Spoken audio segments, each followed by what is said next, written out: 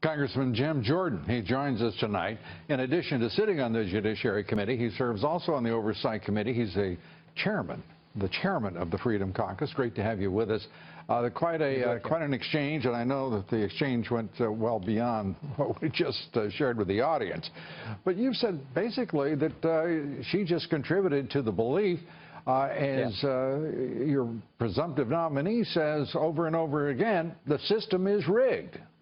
Yeah. No, exactly. So many Americans feel like there's two systems, one for we the people and an entirely different one for the politically connected, like the Clinton family. And she did something. She said this under oath today. She's never done it before.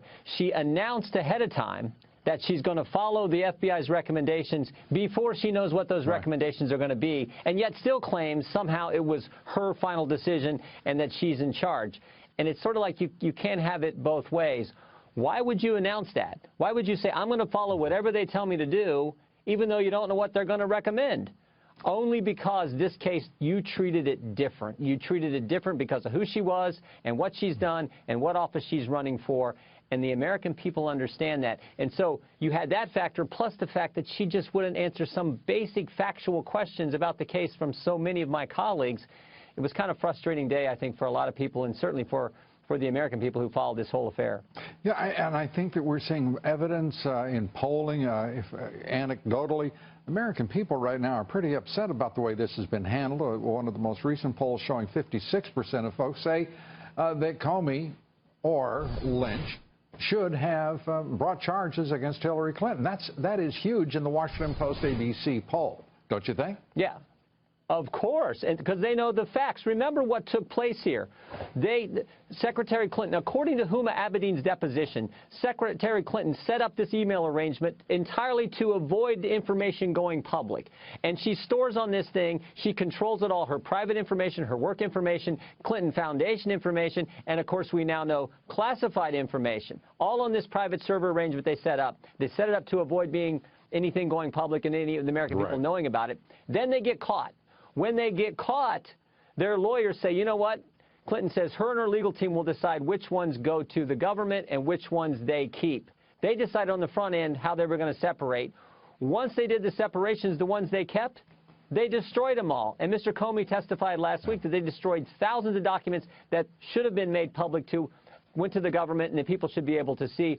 And after they destroyed those documents, they also, the lawyers, wipe their devices clean. Now, if that doesn't look like a scheme with the intention of not making sure evidence is withheld from the American people, I don't know what is. And yet, somehow Mr. Comey says to the Attorney General Lynch, I recommend that we not prosecute.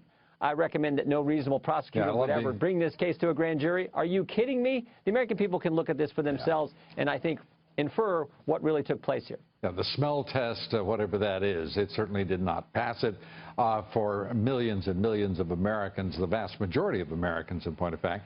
Now, Judiciary, Bob Goodlatte's committee, House Oversight, moving ahead, the committee you sit on, Judiciary, calling for what Director Comey suggested, a formal request to investigate perjury. He's got it now. What happens? Yeah, well, there'll be an investigation. I think it's funny, though, Lou. Why did the FBI need a referral?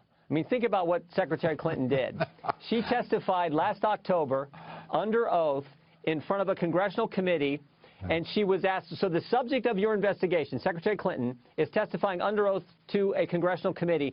She specifically asked about her email arrangement, and you don't go look at the transcript? You don't evaluate that evidence? Why do you need a referral from Congress to look at what the subject of your investigation said about the very subject of the investigation, the email arrangement? That boggles my mind. So they said they need a referral. They got one now. They got a letter from the Judiciary Chairman, Mr. Goodlatte, and of course, Chairman Chaffetz from the Oversight Committee. And, of course, Judiciary and Oversight could annotate the transcript of those hearings and show where she did, in point of fact, make false statements if that's four times. If that's too four difficult. Times, Lou. I think she made 4 false statements in front of the Benghazi committee last October.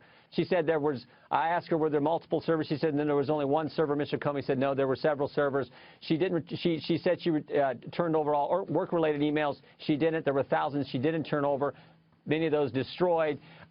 She also said that her legal team evaluated every single email. Turns out that they didn't. And a number of other statements she made publicly that have turned out to be false as well. I think there's a grand total of 7 statements she made either under oath or publicly that turned out to be false, according to Mr. Comey's investigation.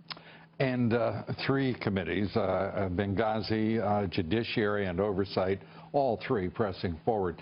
Congressman Jim Jordan, always great to have you here. Thanks for bringing us up to date. We appreciate your insights, and as always, Jim Jordan. Thank you. Take care.